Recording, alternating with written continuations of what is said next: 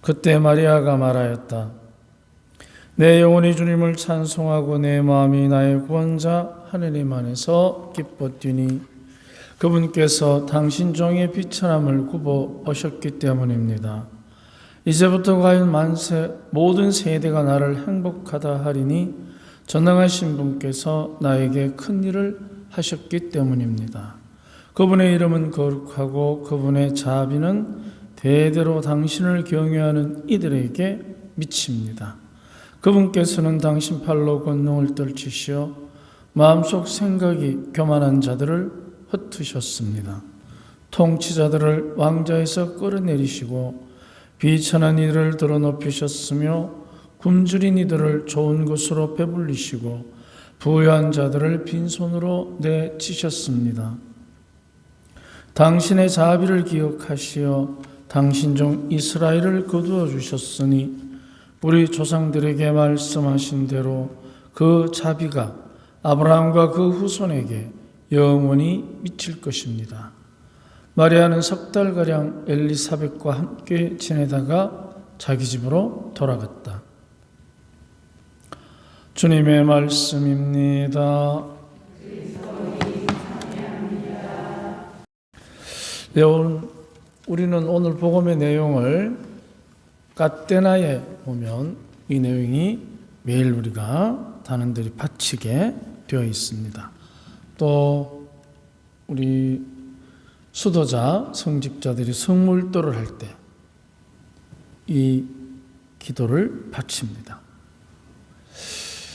우리가 이 기도를 바칠 때 과연 사람들의 눈에 이 성모님의 노래가 지금 현실로 이루어진다고 믿는 사람은 별로 없을 겁니다. 그런데 왜 마리아는 이런 노래를 했을까? 그것은 원죄 없이 잉태되신 마리아이기 때문에 우리와 원죄가 있는 우리와는 세상을 보는 눈이 다릅니다. 원죄가 있는 우리는 이미 그 원죄의 악영향으로 인해서 죄를 범했기 때문에 그래서 그 죄를 범한 상태에서 하느님을 아는 것과 죄를 범하지 않고 하느님을 아는 것은 엄청난 차이가 있습니다. 사실 우리는 죄를 지었고 아기를 낳았을 것입니다. 그렇다면 내가 가진 아이, 그 아이를 바라보는 우리의 시각이 과연 그 아이가 하느님의 뜻으로 내 안에서 태어났고 내가 그 아이의 하느님의 뜻으로 출산하고 하느님의 뜻대로 살아가기를 바라는가? 그리고 오로지 하나님의 뜻만 따르도록 그렇게 키울 수 있겠는가?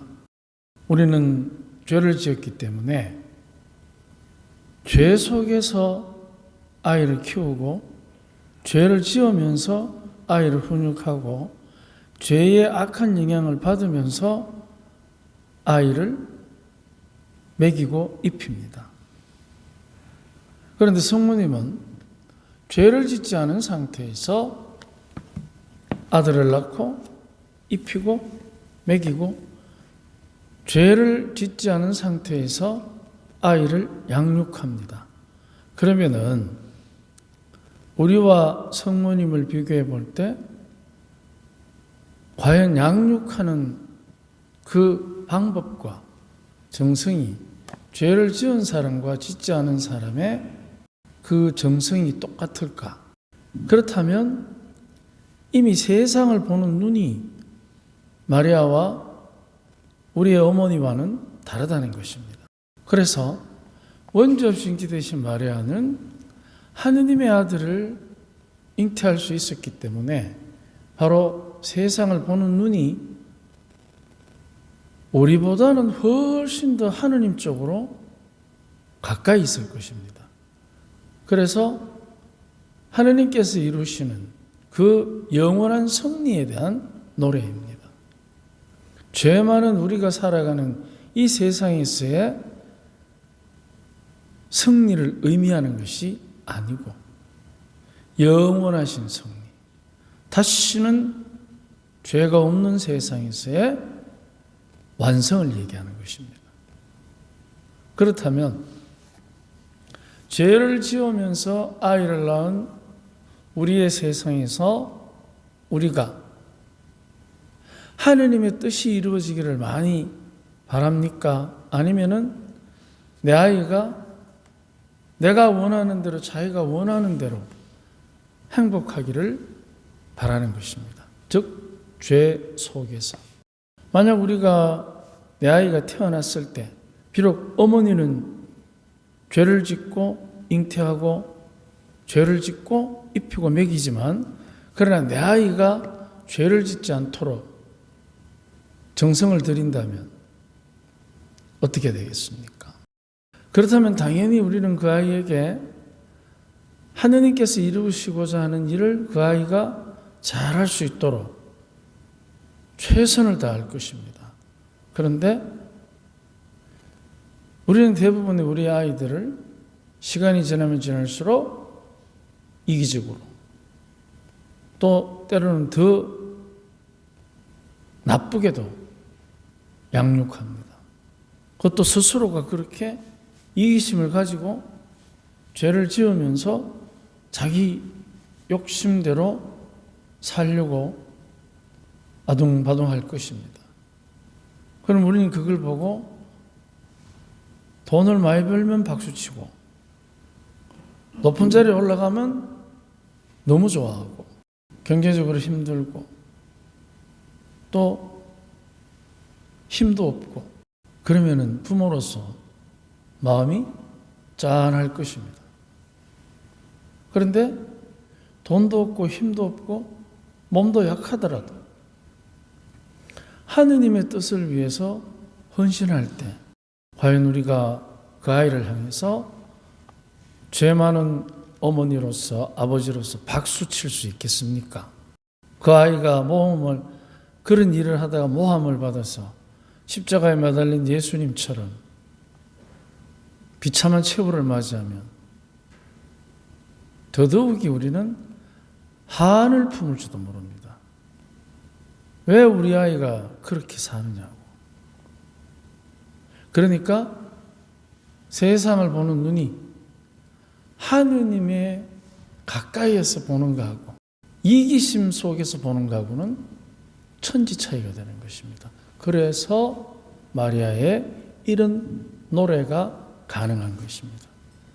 왜냐하면 마리아께서는 그 어린 나이에 이 세상에서 살지만 그래서 자기 친척 언니인 엘리사벳을 찾아가서 석 달가량 머물다가 자기 집으로 돌아가지만 그러나 그가 보는 세상은 우리가 보는 세상하고 죄 지은 사람이 보는 세상하고 죄 원죄가 없는 사람이 보는 세상하고 아마 그 세상에 사는 만약에 죄 없는 세상에 살면 죄 없음을 지키고 있는 죄도 용서해주는 구원의 길을 가는 것을 인생 최고의 행복으로 여길 것입니다. 그러면 만약 그 행복을 누리면 그때부터는 죽음이 끝장이 아니라 시작이라는 것을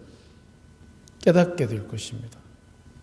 그래서 이것은 죽음을 우리가 끝장이 아니라 시작으로 박수칠 수 있는 그 마음은, 그 정신은 죄가 없어질 때 나에게서 죄의 흔적이 사라지고 사라지면 사라질수록 더 그 행복의 양이 비례적으로 늘어날 것입니다. 그러면 영원한 생명에 대한 희망이 높아지면 반비례해서 낮아지는 것은 이제 이 세상에 일어나는 모든 일들에 대한 희노애락에 휘둘리지 않고 오로지 영원한 생명을 주시는 하느님의 그 손길에 모든 것을 맡기는 용기 있는 삶을 살 것입니다. 우리가 만약 한순간이라도 원죄 없는 세상, 그 세상의 맛을 본다면 과연 우리가 지금처럼 이 지상의 삶에 웃고 우는 슬프고 기쁜 그런 일들에 휘둘리지 않을 것입니다. 우리는 이 원죄 없는 세상의 기쁨을 상상조차 못하는 그 엄청난 기쁨이 거기에 있는 것을 짐작은 할 수 있지만 그것을 누리기가 얼마나 힘이 들겠습니까? 만약에 그 행복을 한순간이라도 맛본다면 사실은 이 자리에서 죽어도 좋다는 용기가 솟을 것입니다. 우리는 이제 오시는 아기 예수님을 맞이하면서 이 땅에서 누리는 영광, 원죄 없는 세상에서 누리는 영광, 그 원죄 없는 세상에서 원죄 있는 세상으로 오시는 분이 바로 그분입니다. 그렇다면 그분이 이 세상에 오시는 목적이 무엇이겠습니까? 딱 하나입니다. 우리에게 그 원죄 없는 세상의 행복을 맛보게 하는 것. 그게 구원입니다.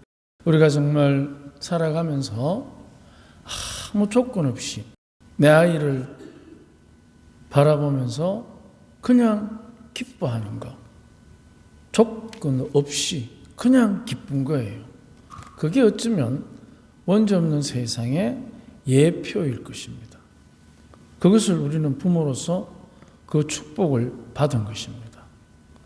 내 자식이 아무런 조건 없이 그냥 이쁘고 좋고 행복할 때, 그래서 그 원죄 없는 세상의 행복의 예표를 우리는 사실 받았습니다. 그렇기 때문에 이제 거꾸로 얘기할 수 있어요. 뭐냐면 원죄 없는 세상이 이미 시작되었지만 아직 완성되지 않았다는 것이죠.